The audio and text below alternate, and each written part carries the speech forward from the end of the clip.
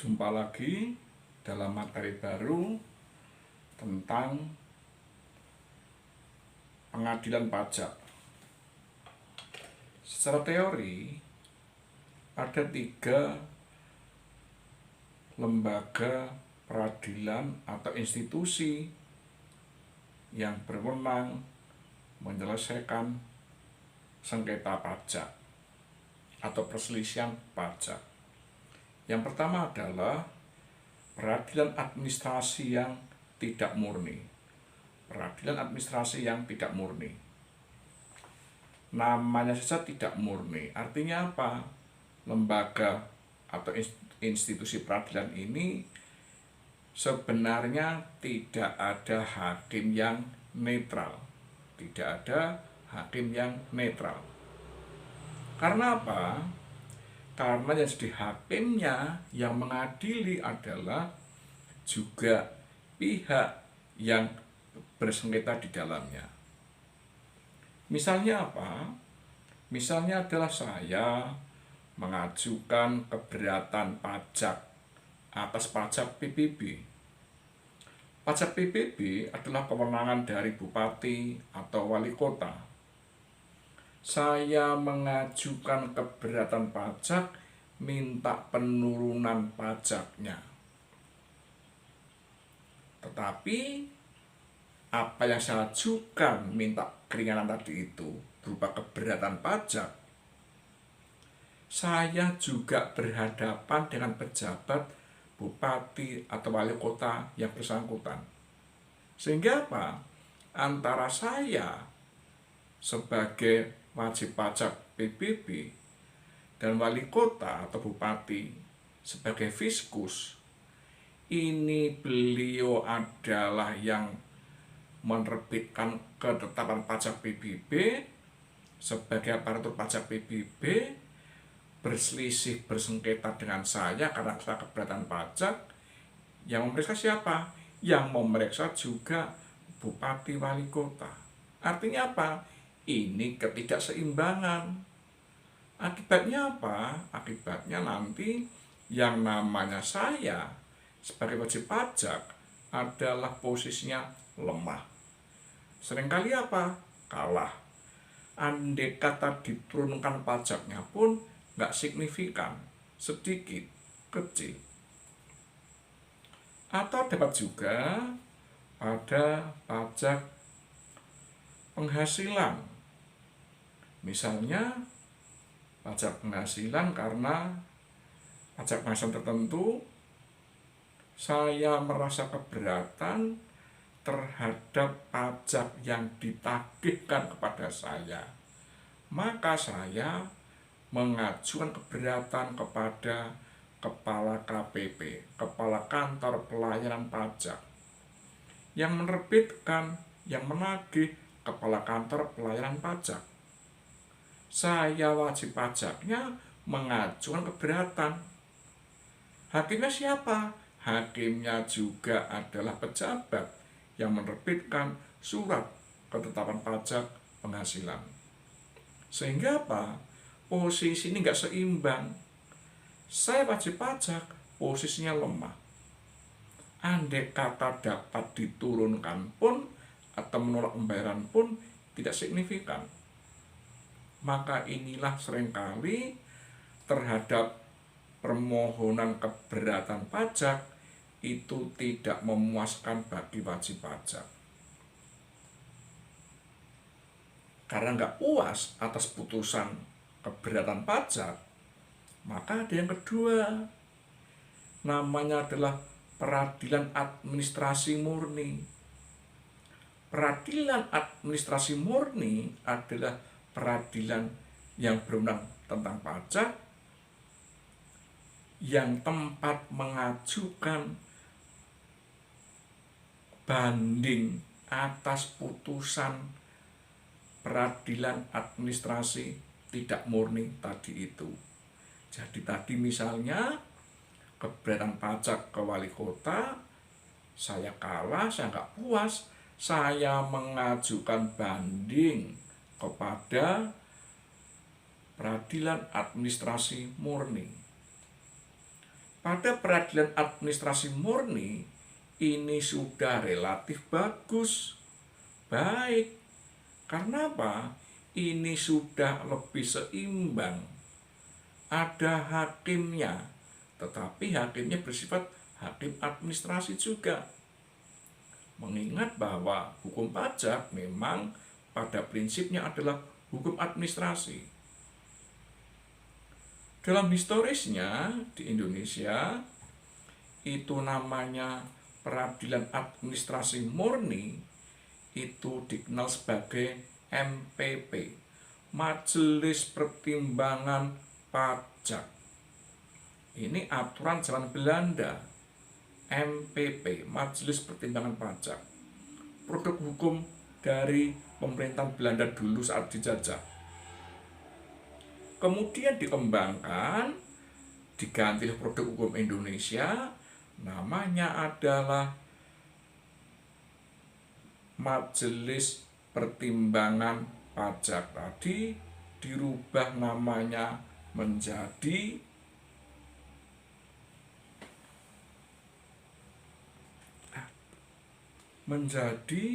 Badan Penyelesaian Sengketa Pajak atau BPSP.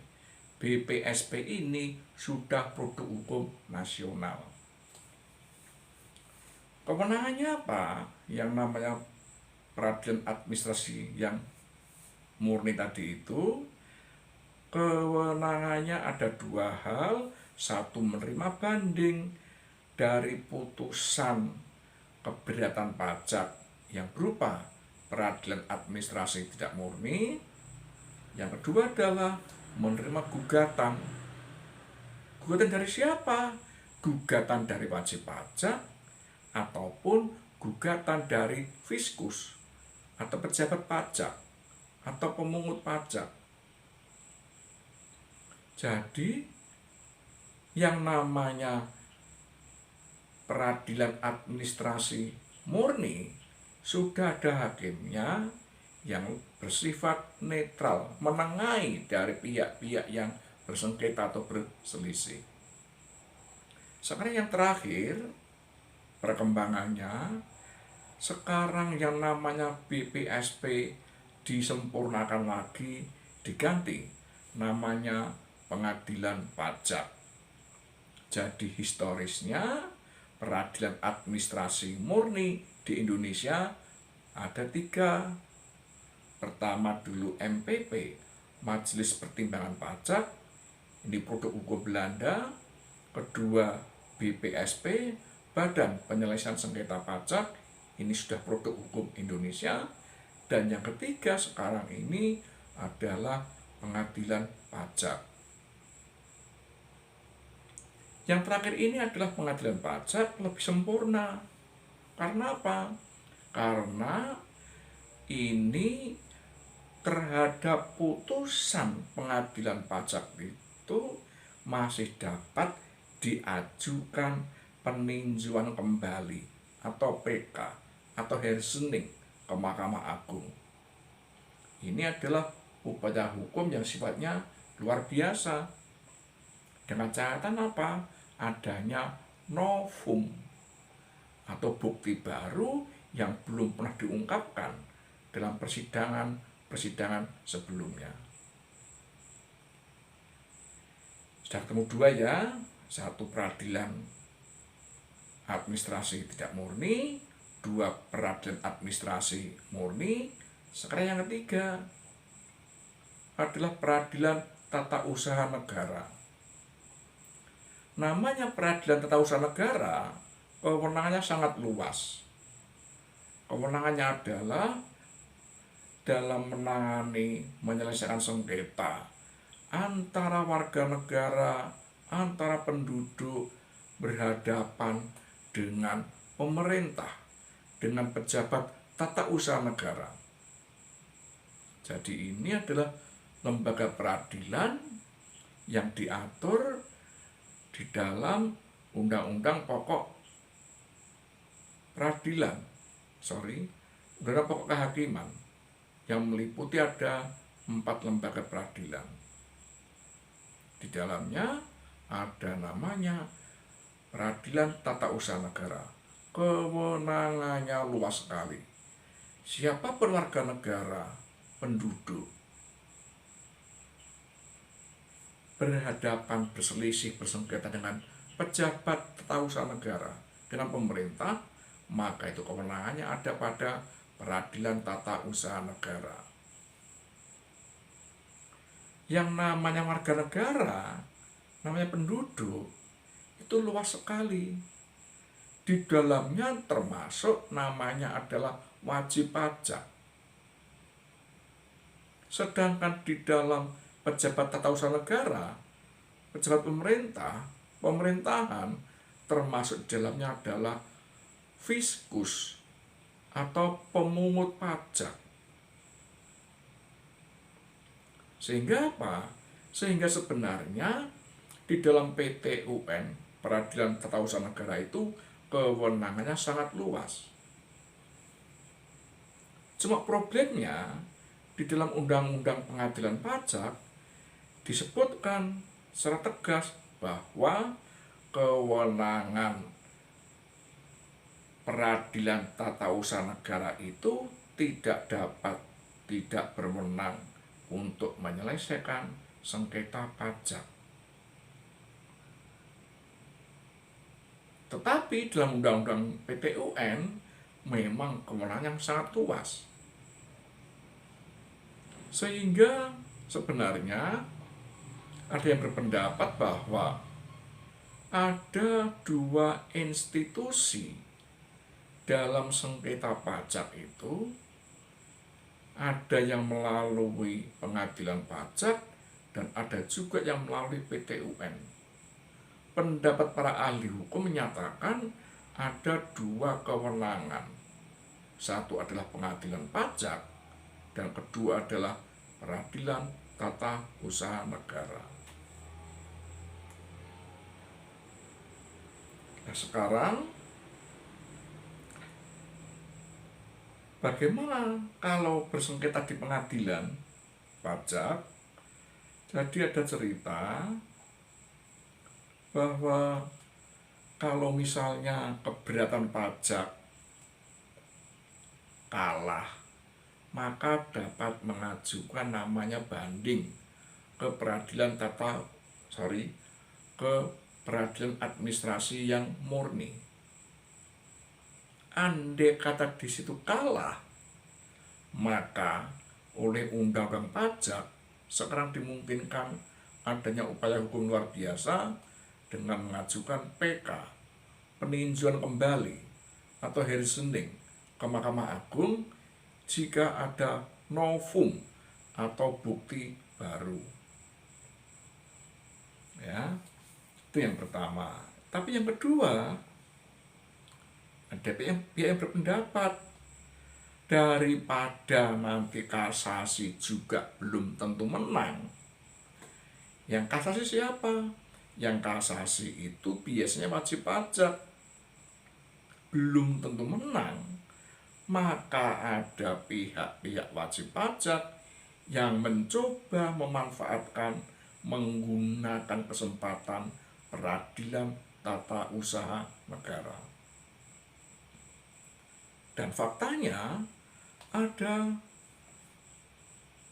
sengketa yang diajukan melalui Peradilan Tata Usaha Negara, wajib pajaknya menang. Artinya apa? Artinya bahwa memang PT-UN berwenang, punya kompetensi menyelesaikan sengketa pajak. Dan faktanya dari PT-UN tingkat pertama banding sampai kasasi pun wajib pajak tadi bisa menang. Artinya apa? Secara teorinya benar ada 3 institusi kelembagaan yang berwenang menyelesaikan sengketa pajak, tapi faktanya jika tidak puas atas putusan pengadilan pajak, mestinya bisa mengajukan kasasi ke Mahkamah Agung, tapi tidak diterapkan, tidak dimanfaatkan. Tapi justru menggugat melalui PT UN. Dan buktinya menang dalam PT UN tingkat pertama sampai dengan kasasi. Ya. Dan sengketanya, dalam persengketaan pajak ada dua hal. Pertama adalah sengketa yang sifatnya material, dan yang kedua adalah sengketa yang sifatnya adalah formil. Pada sengketa material, ini persengketaannya adalah tentang nilai nominal uang tertentu, jumlah uang, banyak sedikitnya uang yang diperselisihkan. Ini sengketa yang sifatnya material. Tapi sengketa yang formil itu persengketaan pajak yang tidak berkaitan dengan masalah nominalnya, tetapi yang dipersengketakan adalah masalah proseduralnya. Misalnya apa? Proses pemeriksaan pajak yang tidak prosedural bisa digugat ke pengadilan pajak. Proses penyitaan asetnya wajib pajak bisa digugat. Penyanderaan yang dinilai tidak adil oleh wajib pajak bisa digugat. Ini sifatnya adalah prosedural, terutama pada proses pemeriksaan pajak, pada proses penagihan pajak. Jika dua hal ini terjadi, wajib pajak merasa tidak nyaman, merasa dirugikan secara non-material, maka dapat mengajukan gugatan kepada pengadilan pajak.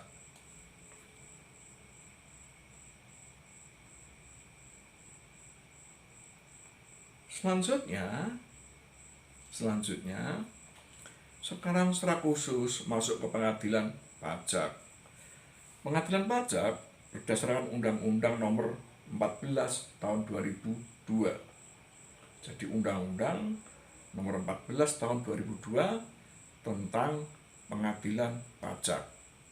Anda ingat, pengadilan pajak merupakan peradilan administrasi murni. Latar belakangnya apa? Adanya pengadilan pajak ini latar belakangnya adalah memberi kedudukan yang setara, yang seimbang antara wajib pajak dengan fiskus, dengan pemungut pajak. Dengan kesetaraan inilah, di satu sisi pemungut pajak atau fiskus atau pemerintah berusaha memungut pajak sebanyak-banyaknya sesuai dengan aturan tentunya. Di sisi lain, wajib pajak seringkali akan dirugikan, maka diberilah pintu untuk menyelesaikan persengketaan, perselisihan dalam hukum pajak melalui namanya pengadilan pajak. Karena apa? Pengadilan pajak ini hakimnya tidak lagi harus orang-orang pegawai Dirjen Pajak, tidak. Sekarang ini pengadilan pajak, hakim-hakimnya adalah ada 3 unsur. Unsur mana? Unsurnya unsur masyarakat yang luas. Dari unsur orang pajak sendiri, bisa konsultan pajak, bisa akuntan publik, bisa konsultan hukum, bisa advokat, bisa gawe kantor pajak. Intinya apa? Sekarang ini hakim-hakim pengadilan pajak seleksinya, penerimaannya dari sumber yang luas berbagai macam profesi tadi itu. Asalkan apa? Memahami masalah pajak, mengerti hukumnya, mengerti aspek perpajakannya. Maka jika memenuhi syarat administratif, dilakukan seleksi, memenuhi syarat, maka dapat diangkat, ditetapkan sebagai hakim pengadilan pajak. Sekarang ini di Indonesia hanya ada satu pengadilan pajak. Institusinya ada satu pengadilan pajak yang berkedudukan di Jakarta. Walaupun satu pengadilan pajak, di dalamnya nanti ada banyak hakim-hakim yang dapat ditetapkan sebagai majelis-majelis hakim.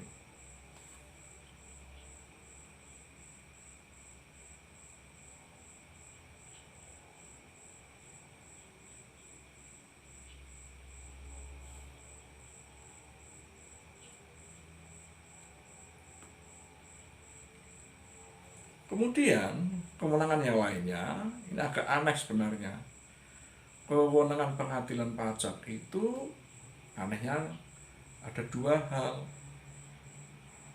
Satu, memeriksa, mengadili sengketa pajak. Ini oke, betul.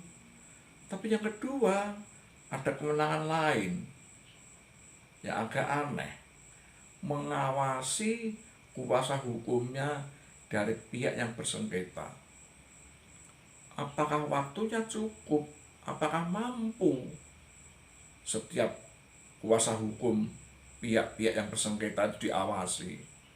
Saya kira kok nggak mampu ini. Dan termasuk tugas yang agak aneh, hakim suruh mengawasi para kuasa hukumnya.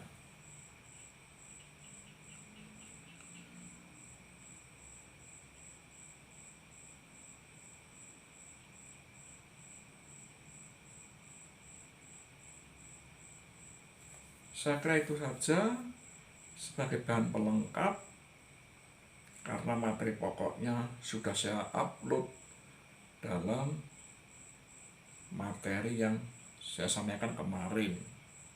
Jadi inilah sebagai pelengkap untuk perkuliahan kali ini. Selamat sampai jumpa di lain kesempatan.